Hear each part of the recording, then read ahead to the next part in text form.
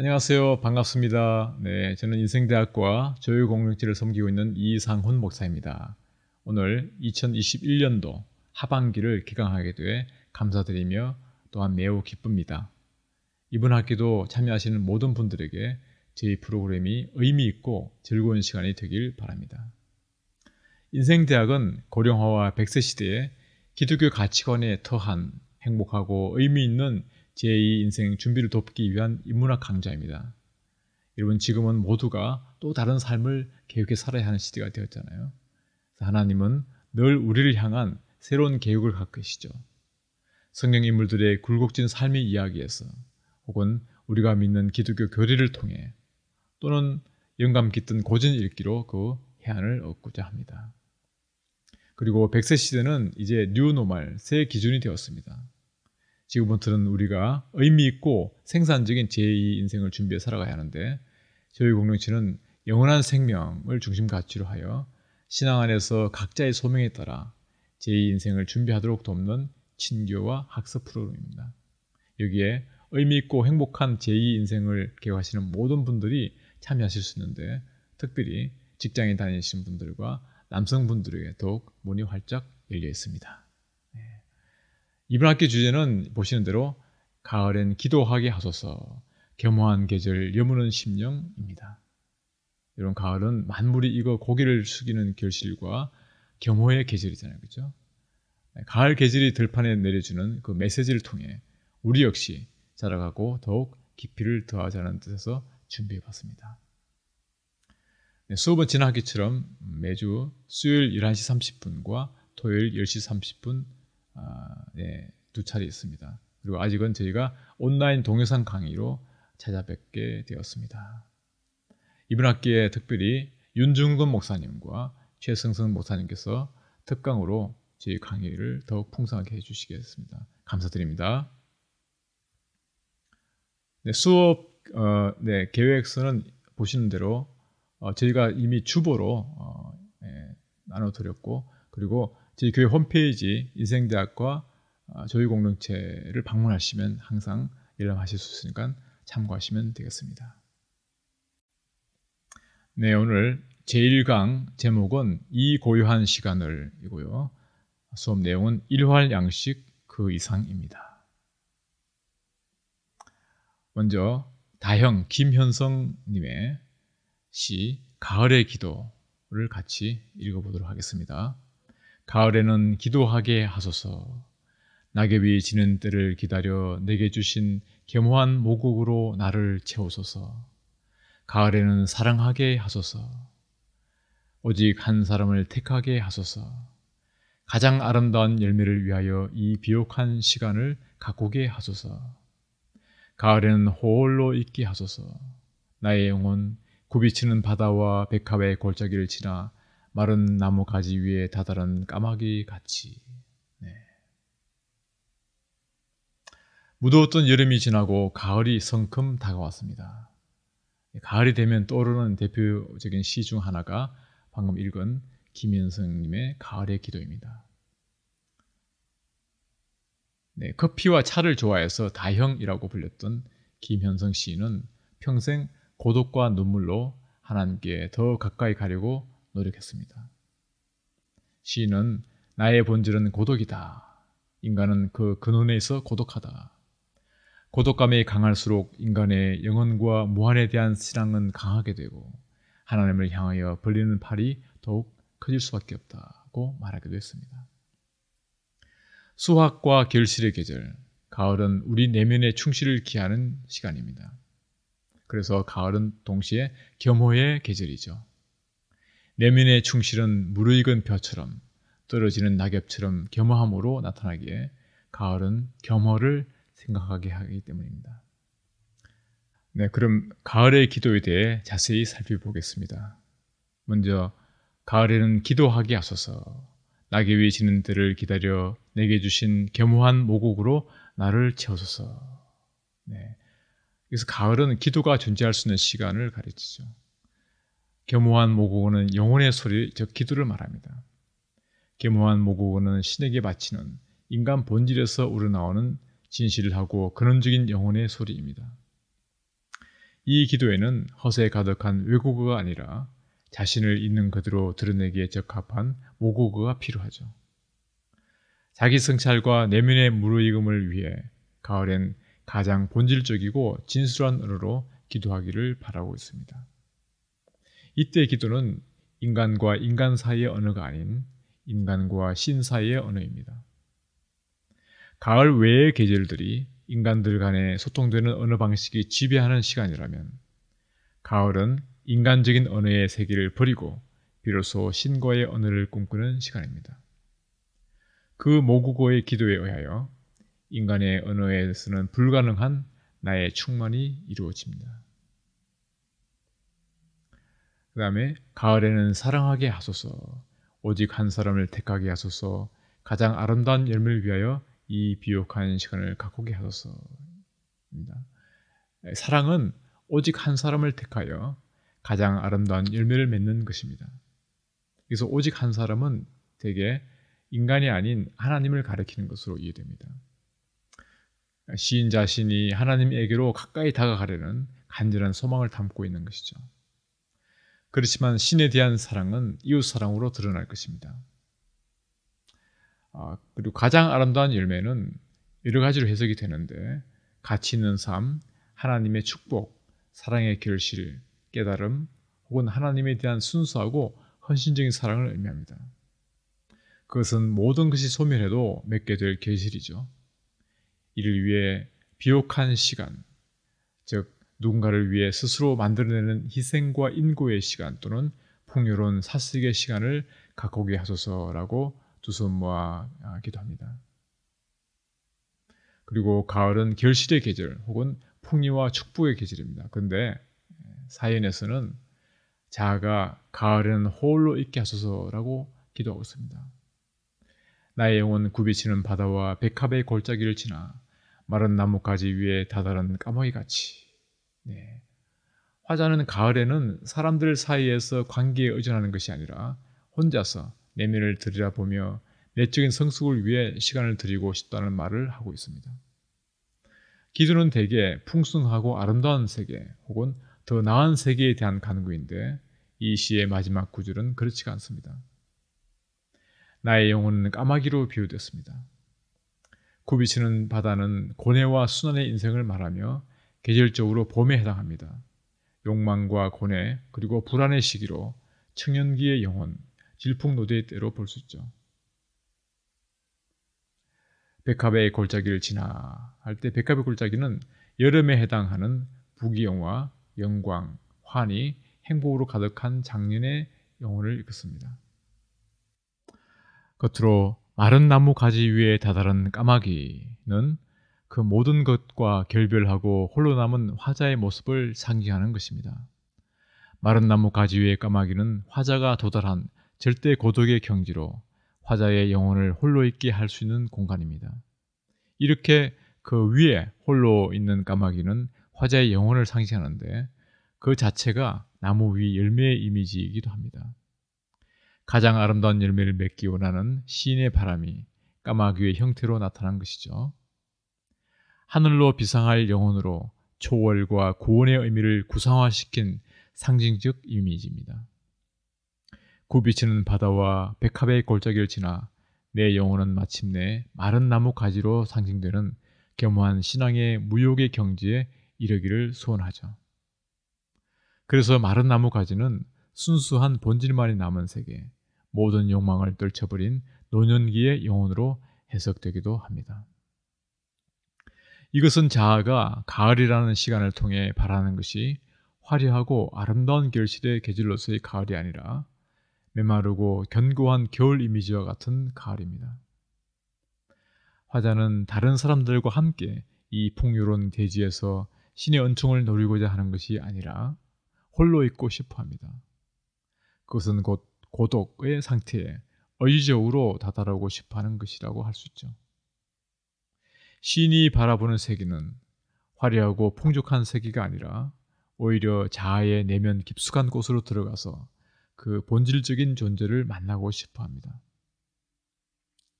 천상과 지상으로 이원화된 세계 속에서 김현성의 가을의 기도에는 천상을 향한 간절한 소망을 드러내고 있습니다. 일상의 의미와 다른 천상에 대한 문 열기와 그곳에 대한 보여주기는 독자로 하여금 또 하나의 세계를 읽도록 이끕니다. 천상에 대한 시인의 열망은 지상적인 인식과 가치에 대한 판단의 갇혀짐에서 우리를 해방시키고 보다 근원적인 것으로서의 세계를 향하도록 만들어주죠. 독자에게 일종의 내적인 인식의 혁명을 가능케 하는 것입니다.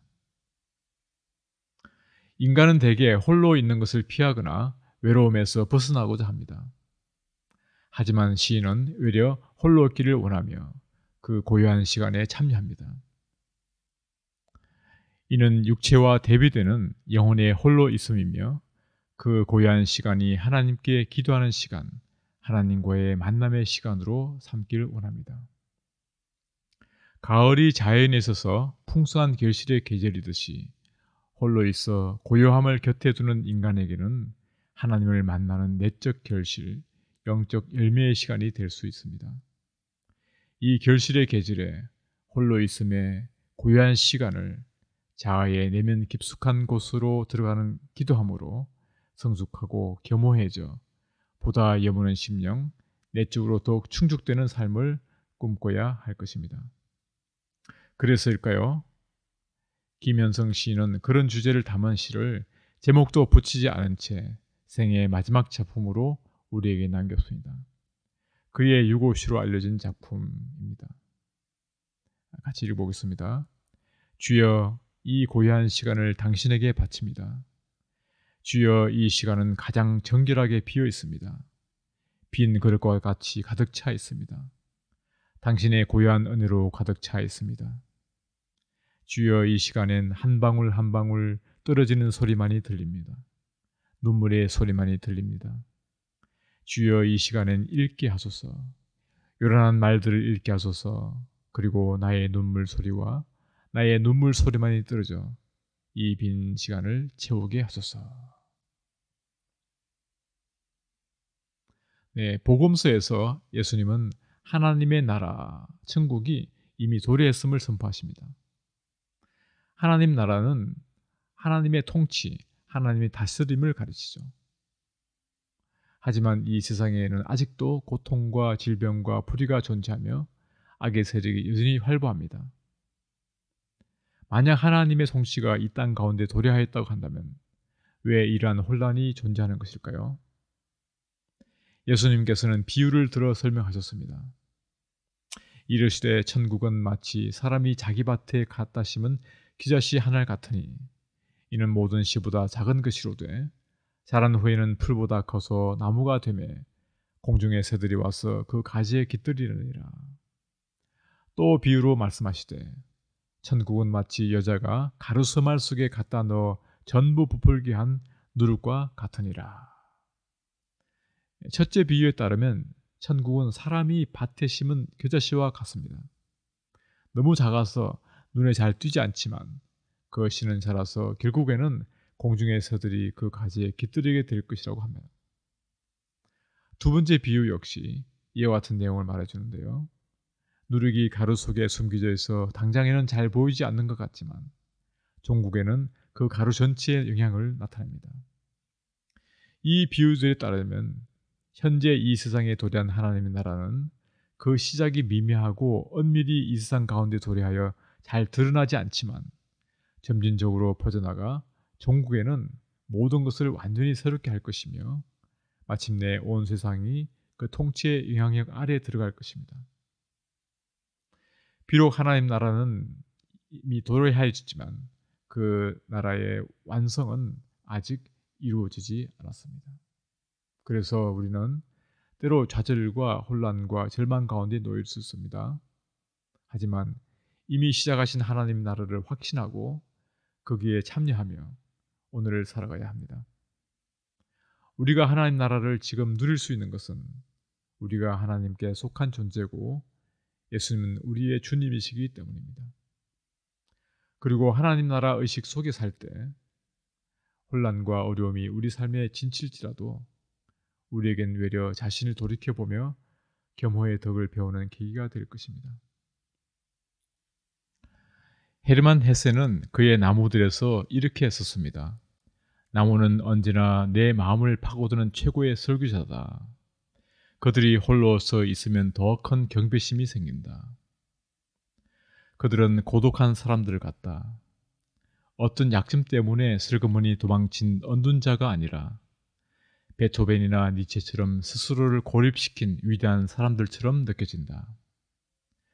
나무의 높은 오둠지에는 세계가 술렁이고 뿌리는 영혼 안에서 고요하다. 하지만 그들은 거기에 빠져들어 자신을 잃지 않고 있는 힘을 다해 오로지 한 가지만을 추구한다. 자기 안에 깃든 본인의 법칙을 실현하는 일, 즉 자신의 형태를 만들어내는 것, 자신을 표현하는 일에만 힘쓴다.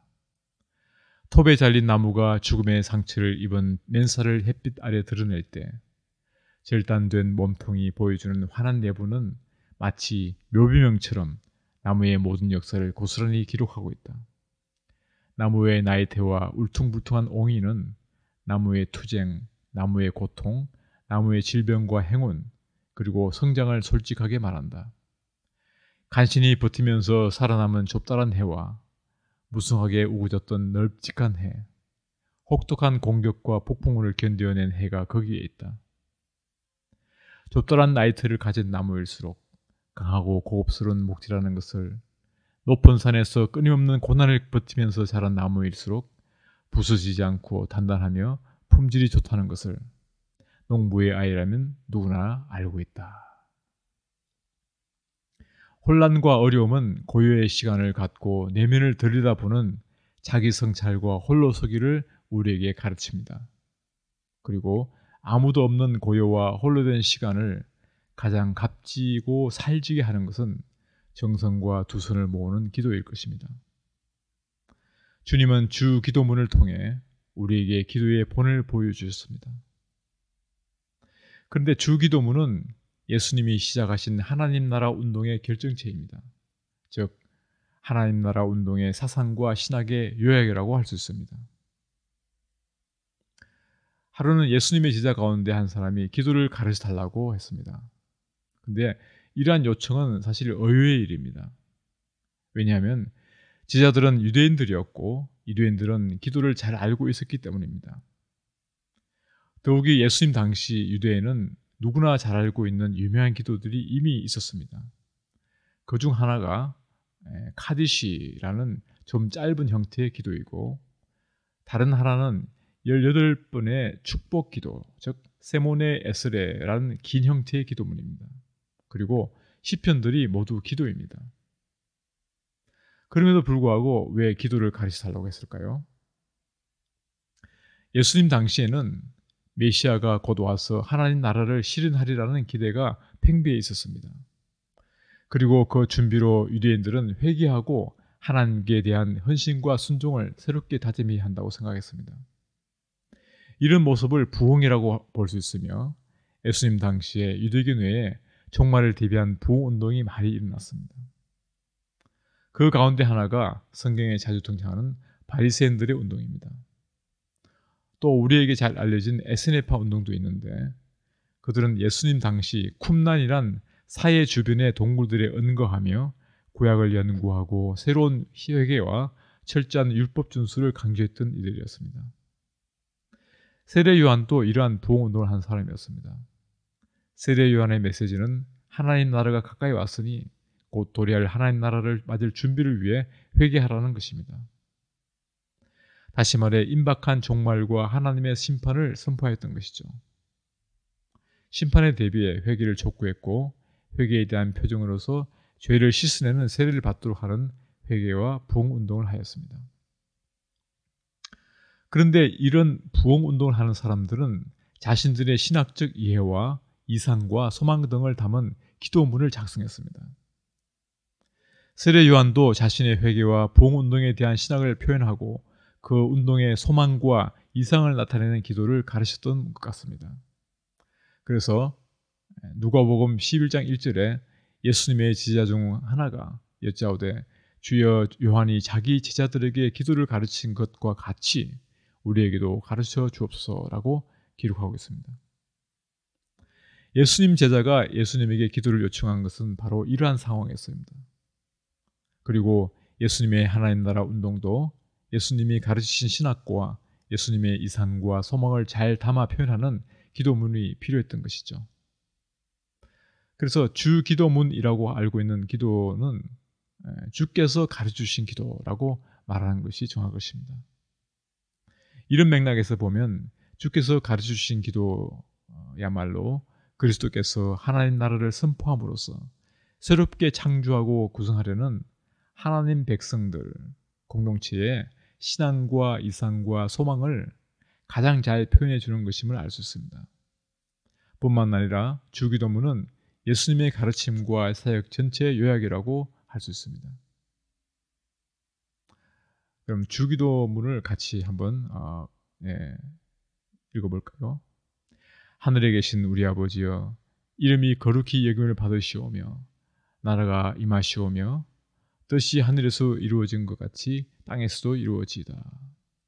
오늘 우리에게 일용할 양식을 주시옵고 우리가 우리에게 죄 지은 자를 사하여 준 것 같이 우리 죄를 사하여 주시옵고 우리를 시험에 들게 하지 마시옵고 다만 악에서 구하시옵소서. 나라와 권세와 영광이 아버지께 영원히 사옵나이다. 아멘. 네, 이제부터 주기도문에 대해서 조금 살펴보겠는데요. 우선 하늘에 계신 우리 아버지라고 했습니다. 주기도문을 열면 첫 번째로 만난 단어는 다름 아닌 아버지입니다. 하나님을 이렇게 친근하게 부르는 것은 언약신학의 표현이죠. 즉 하나님은 이스라엘을 택하셔서 자기 백성 삼으시고 그들에게 당신이 하나님이 되어주시겠다고 약속하셨습니다. 이것을 언약이라고 합니다. 그래서 하나님 아버지라고 할 수 있죠.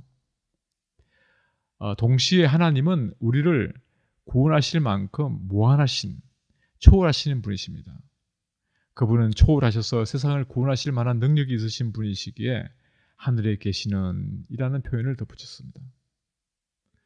그래서 주기도문 시작에는 하나님의 초월성과 내재성, 즉 친근하심을 같이 표현했습니다.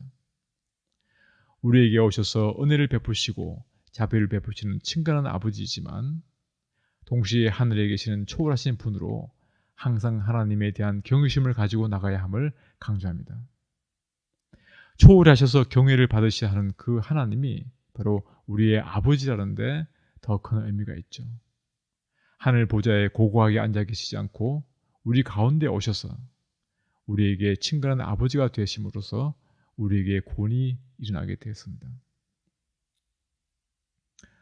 다음에 아버지의 이름을 거룩하게 하시며입니다.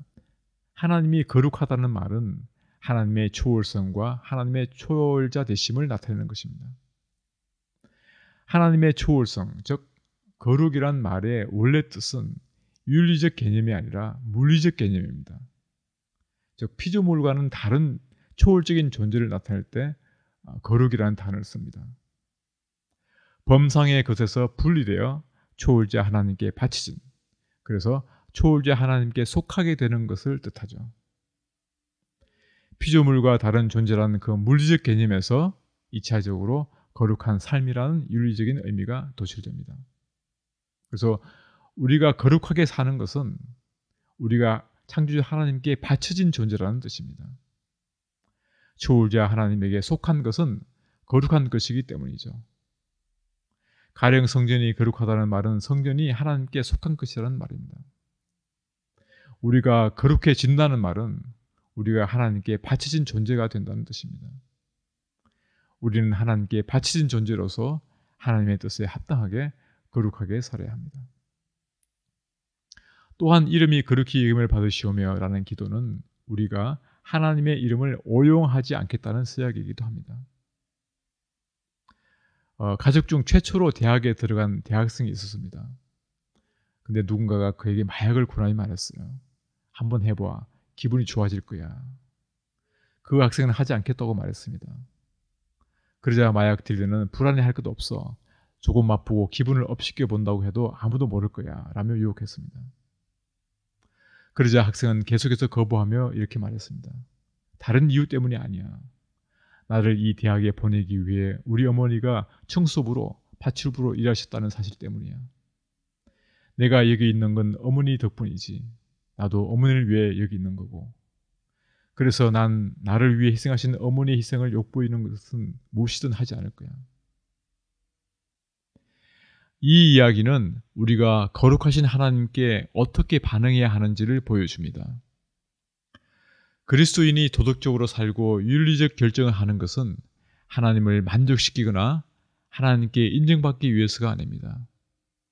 하나님께서는 우리를 이미 받아들이기로 결정하셨고 우리가 이미 하나님께 속했기 때문입니다. 그래서 그리스도 안에서 우리는 이미 하나님과 바른 관계에 있기 때문이죠. 그러므로 주기도문에서 우리는 우리 자신의 소유가 아니라는 사실을 매일 상기하게 됩니다. 우리는 우리 자신의 소유도 우리 욕망의 소유도 아닙니다. 우리는 하나님의 소유입니다. 그래서 하이델베르크 요리문답은 이렇게 묻습니다. 살았으나 죽었으나 당신의 유일한 위로는 무엇입니까? 그리고 그 대답은 내 몸과 영혼 모두가 살았으나 죽었으나 내 소유가 아니라 나의 신실한 구원자 예수 그리스도의 소유라는 사실입니다. 우리는 하나님의 소유입니다. 동방정교의 신학자 알렉산더 슈메만은 이렇게 말합니다. 진실로 성스러운 것은 우리에게 자신이 지닌 성스러움을 알아차리고 자유롭게 이를 갈망하게 합니다. 이것이 진실로 성스러운 것, 거룩한 것이 지닌 기이한 특성입니다. 성스러움은 단순한 지식에 머물지 않고 삶으로 흘러들어 우리의 행동이 됩니다. 성스러운 깨달음은 삶과 일치되려 합니다. 성스러움을 깨닫고 경험하면 즉각 우리에게 무언가를 요구하게 되죠. 우리 안에 어떤 변화를 불러오고 우리를 어딘가로 이끌며 우리를 사로잡고 매혹합니다. 그때 우리의 삶은 의미와 영감, 기쁨과 거룩함으로 가득 채워집니다. 그리고 우리의 모든 생애를 관통해 내면과 삶의 변화를 요구하죠. 아버지의 이름을 거룩하게 하시며 이 기도는 거룩한 하나님 아버지를 실제로 보았고 그분을 온전히 받아들이신 이 그리스도의 외침입니다. 그리고 이 기도를 통해서만 충만한 삶, 충만한 영감, 충만한 행복이 있음을 누구보다 더 잘 아시는 그리스도 그분의 가르침입니다. 이번엔 나라가 임하옵시며에 대해 살펴보겠습니다. 하나님의 통치를 받는 하나님의 백성 되는 것, 즉 하나님 나라로 들어가는 것은 칭의를 가리킵니다. 오직 하나님의 은혜로 의인이라 칭함받음을 뜻하죠. 하나님이 우리 죄인들을 사탄의 나라에서 구속하여 자신의 나라로 회복시키시고 그리하여 우리가 이제 창조주 하나님의 통치를 받고 살게 한다는 의미입니다. 즉 주권의 전의를 가리킵니다. 죄인들을 의인이 되게 하심으로 사탄의 죄와 죽음의 통치로부터 구출하여 하나님과의 올바른 관계로, 즉 하나님의 통치 아래로 이전시키셨습니다. 그래서 칭의된 자의 현재의 삶은 하나님 나라에 서 있는 것, 거기에 머무는 것입니다. 하나님의 통치를 받으며 하나님의 백성으로 사는 것이죠. 그러면 하나님의 통치를 받으며 하나님 나라 안에 머무는 이들에게 어떤 일이 일어날까요? 바울은 말합니다. 내가 복음을 부끄러워하지 아니하노니 이 복음은 모든 믿는 자에게 구원을 주시는 하나님의 능력이 됨이라. 바울의 경우 죄가 권세인 것처럼 의 역시도 어떤 권세입니다. 바울의 경우 하나님의 의는 죄인을 의롭다 하는 선물로 주어지는 수동적인 의일 뿐만 아니라 의롭다 여김을 받은 사람을 붙들어 하나님 나라를 섬기도록 하나님께서 주시는 창조적인 능력인 능동적인 의입니다. 따라서 예수 그리스도를 믿는 자에게 미치는 하나님의 의는 단순하게 죄인을 의롭다 여기시는 법정적인 칭의일 뿐 아니라 칭의자를 실제로 의인 되도록 하나님의 능력이 역사하는 효과적인 칭의라고 할 수 있습니다. 그러므로 하나님의 통치 안에서 그리스도께 속한 존재로서 우리는 진정으로 자유로워지게 되었습니다. 우리가 자유롭게 된 것은 예수께서 우리를 소유했기 때문입니다. 예수는 우리의 주님이시다라는 고백에서 주님, 퀴리오스는 주인 혹은 지배자를 뜻합니다. 다른 모든 것에 우선하는 소유권이 예수에게 있음을, 그렇기에 누구도 나에 대한 소유권이 없음을 뜻하죠. 따라서 예수님이 나를 소유하시고 내가 예수님에게 속함으로써 나는 사회의 제약, 틀이 하나님의 뜻과 동일하다는 생각에서 자유로워집니다. 이제는 예수님의 삶을 빚어간 그 힘이 내 삶도 빚어갈 것입니다. 우리가 자유의 몸이 된다는 것은 어떤 자유와 어느 정도의 자유를 말할까요? 그것은 한때 제게는 제약이 많았으나 이제는 제가 좋아하는 것을 할 수 있습니다 정도가 아닙니다. 그보다는 한때 제게는 저의 삶을 일굴 아무런 힘이 없었습니다. 하지만 이제 제게는 그 힘이 있습니다 라는 뜻에 가깝습니다. 다시 말해 그것은 자신의 안위에만 몰두하는 자기 집착, 타인이 자신보다 무언가를 더 잘한다는, 그래서 더 사랑받으리라는 두려움, 모든 면에서 만족감을 얻기 위한 몸부림 같은 것들로부터의 자유입니다. 또한 이 자유는 우리가 서로 다른 사람들의 삶과 안녕에 기여할 수 있는 새로운 관계를 빚어내기 위한 자유이기도 합니다. 나아가서 로안 윌리엄스는 그리스도인의 자유는 하나님께서 우리 안에서 하나님의 활동을 하시도록 하는 자유입니다. 생명을 불어넣고 용서와 화해를 약속하며 말과 행동을 통해 희망을 전하는 활동을 일컫습니다 라고 말했습니다. 그런데 하나님 나라의 일원이 된다는 것은 이 땅에서 우리가 누구의 다스림을 받으며 궁극적으로 누구의 뜻을 가장 중요하게 일 것인가의 문제죠. 그래서 뜻이 하늘에서 이룬 것 같이 땅에서도 이루어지이다라는 기도를 드립니다.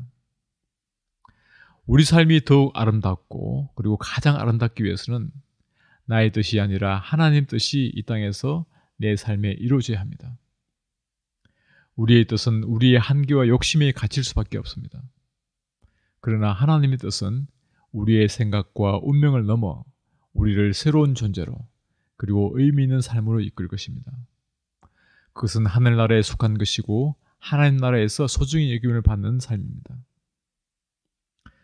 성경에 나오는 가장 극적인 이야기 중 하나는 바로 요셉과 그 형제들의 이야기일 것입니다. 잘 아시다시피 이 이야기는 오해와 질투와 폭력에 관한 이야기입니다. 요셉은 형들에게 질투와 미움을 샀습니다. 아버지 야곱이 요셉을 편애했고 요셉을 유독 사랑했기 때문입니다. 그는 질투심과 미움으로 형들에 의해 이집트의 노예로 팔려가게 됩니다. 그러나 1년의 반절을 거듭하며 요셉은 노예 신분에서 마침내 바로의 재산 관리인으로 세움을 입습니다. 꿈 해석을 통해 요셉이 예견한 큰 기근의 때에 그는 이집트를 기근에서 구할 마스터 플랜을 고안해내고 그것을 실행합니다.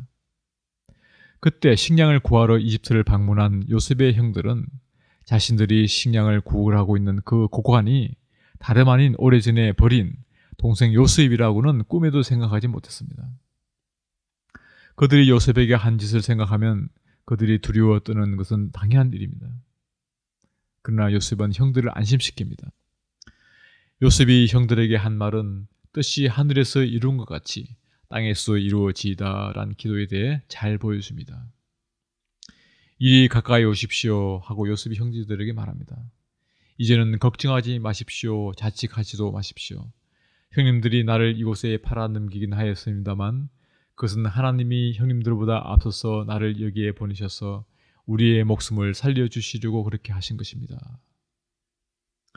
하나님이 나를 형님들보다 앞서서 보내신 것은 하나님이 크나큰 구원을 베푸셔서 형님들의 목숨을 지켜주시려는 것이고 또 형님들의 자손을 이 세상에 살아남게 하시려는 것입니다.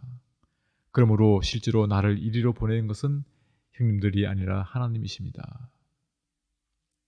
요셉이 한 말은 하나님의 은혜와 능력을 긍정하는 아주 놀라운 말입니다.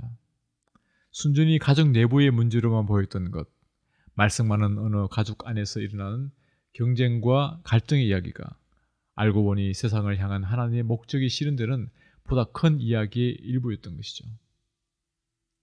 당신들은 악으로 한 일이지만 하나님은 오히려 그것을 선으로 바꾸셨습니다. 원한과 배신으로 시작한 이야기가 실은 하나님이 자기 백성을 보존하는 이야기인 것으로 드러난 것입니다. 나를 이리로 보낸 것은 형님들이 아닙니다. 요셉이 형들에게 한 말입니다. 동생을 노예로 팔아들일 때 형들은 자기들이 모든 일을 결정하고 있다고 생각했습니다. 그러나 형들이 범한 죄와 악행보다 더 큰 어떤 손이 있었던 것이죠. 그러므로 우리는 분명히 알게 됩니다. 이 이야기의 주인공은 그 꼬마 꿈쟁이가 아니라는 것을요. 이 이야기를 전할 가치가 있는 스토리를 만든 이는 또 다른 계획을 세우신 바로 위대한 제자 하나님이십니다. 하나님의 계획은 결국 승리할 것입니다. 하지만 그 과정과 방법을 우리는 모릅니다. 심지어 성경도 말해주지는 않을 수 있습니다. 그러나 성경은 우리에게 그것에 대한 믿음을 갖게 합니다. 그래서 우리는 하나님의 계획이 마침내 승리할 것이라는 사실을 알고 경험합니다. 대개 사람들은 우리 인생이 내가 무엇을 하고 결정하는지에 달렸거나 아니면 순전히 운에 따라 결정되는 것이라 여깁니다.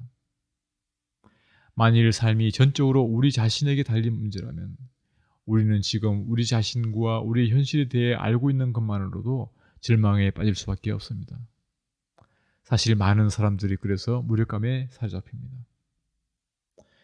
그러나 하나님은 오히려 그것을 선하게 바꾸셔서 우리 삶을 새롭게 하신다고 요셉과 형들의 이야기는 우리에게 말해줍니다. 하나님의 뜻은 우리의 계획이나 우리의 어떠함 때문에 결코 좌절되지 않습니다. 그래서 바울은 하나님을 사랑하는 사람들, 곧 하나님의 뜻대로 부르심을 받은 사람들에게는 모든 일이 서로 협력해서 선을 이룬다는 것을 우리는 압니다 라고 선포합니다.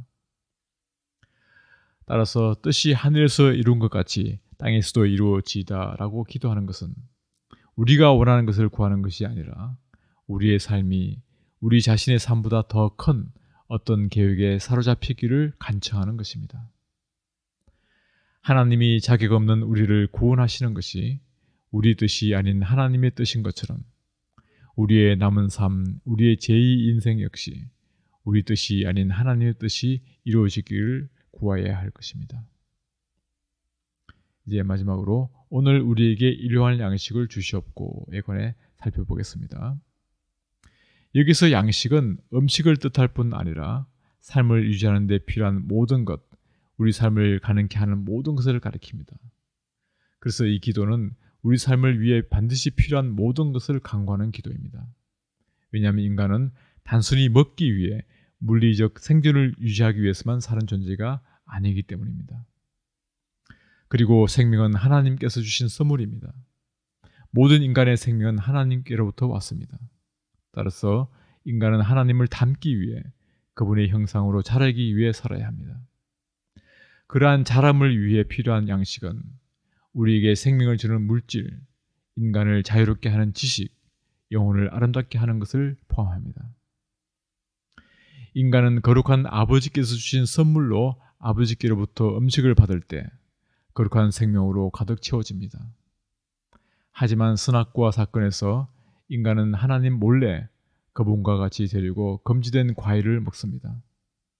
이 이야기가 말해주는 것은 인간이 음식만으로 순전히 음식을 소비하는 것에만 의지해 하나님에게서만 받을 수 있는 생명을 얻을 수 있다고 믿었다는 것입니다. 하지만 하나님으로부터만 받을 수 있는 생명을 음식만으로 단지 음식을 소비함으로써 얻을 수는 없습니다. 음식은 우리에게 물리적인 생명을 주지만 우리를 이 세계와 죽음에서 자유롭게 해주지를 못합니다. 생명의 원천이 되시는 하나님 아버지에게서 벗어난 채로 음식을 먹는 한 우리는 세상과 죽음으로부터 벗어날 수 없다는 뜻입니다. 오늘 우리에게 일용할 양식을 주시옵고의 기도는 또한 우리의 삶이 우리의 양식처럼 하나님께로부터 오는 선물이라는 사실을 매일같이 우리에게 상기시켜 줍니다. 우리는 날마다 새로운 은혜를 받으며 하나님의 임재를 매일 몇 시간 느껴야 합니다. 그런데 우리가 매일 양식을 먹는 것은 당연히 여기나 하나님의 이러한 은혜와 이러한 임재를 느끼며 사는지에 대해서는 묻지 않습니다. 아무리 많은 빵이 우리에게 있다고 한들 우리가 그 때문에 생존하는 것은 아닙니다. 매일의 양식을 구하는 우리의 기도는 하나님의 임재가 우리 가운데 날마다 임하기를 구하는 것입니다. 오늘 우리에게 일용할 양식을 주시옵고란 기도는 우리의 온 생애를, 모든 기쁨과 모든 슬픔을, 모든 즐거움과 모든 고통까지를 아버지께서 베푸시는 선물로 받게 해주시기를, 감사와 경의로 그 선물을 받게 해주시기를 기도하는 것입니다. 또한 오늘 우리에게 일용할 양식을 주시옵고란 기도를 통해 우리는 우리에게 참된 만족을 주는 본질적이고 가장 고귀한 것에 잇대어 살아가기를 간구합니다. 그리고 삶이라는 너무나도 소중한 선물을 낭비하지 않기를 기도하고 사라질 것들을 바라며 살지 않기를 간구하는 것입니다.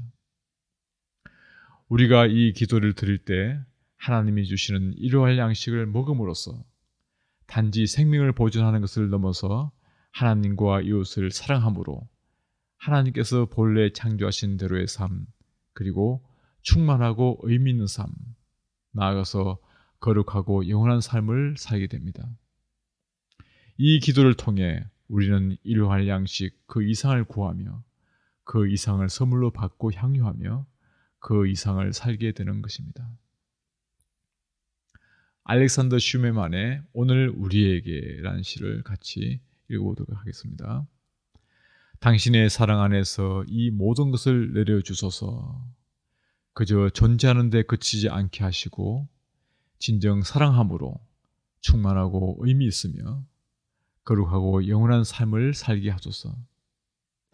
당신께서 본래 창조하신 대로의 삶, 당신께서 우리에게 이미 주신 언제나 내려주시는 바로 그 삶을 살아가게 하소서. 그렇게 당신을 알고 사랑하여 당신께 감사를 올리게 하소서. 일용할 양식을 주소서.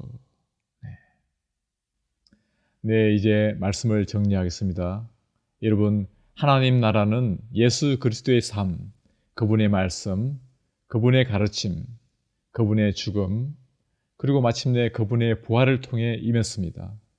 즉, 빛과 권능으로 가득한 그리스도의 삶, 저 높은 곳으로 우리를 이끌어가는 그분의 말씀, 우리의 모든 물음에 답이 되시는 그분의 가르침, 그리고 마침내 모든 것이 새롭게 시작되는 우리의 삶, 우리를 새롭게 하시는 그 생명이 곧 하나님 아버지의 나라입니다.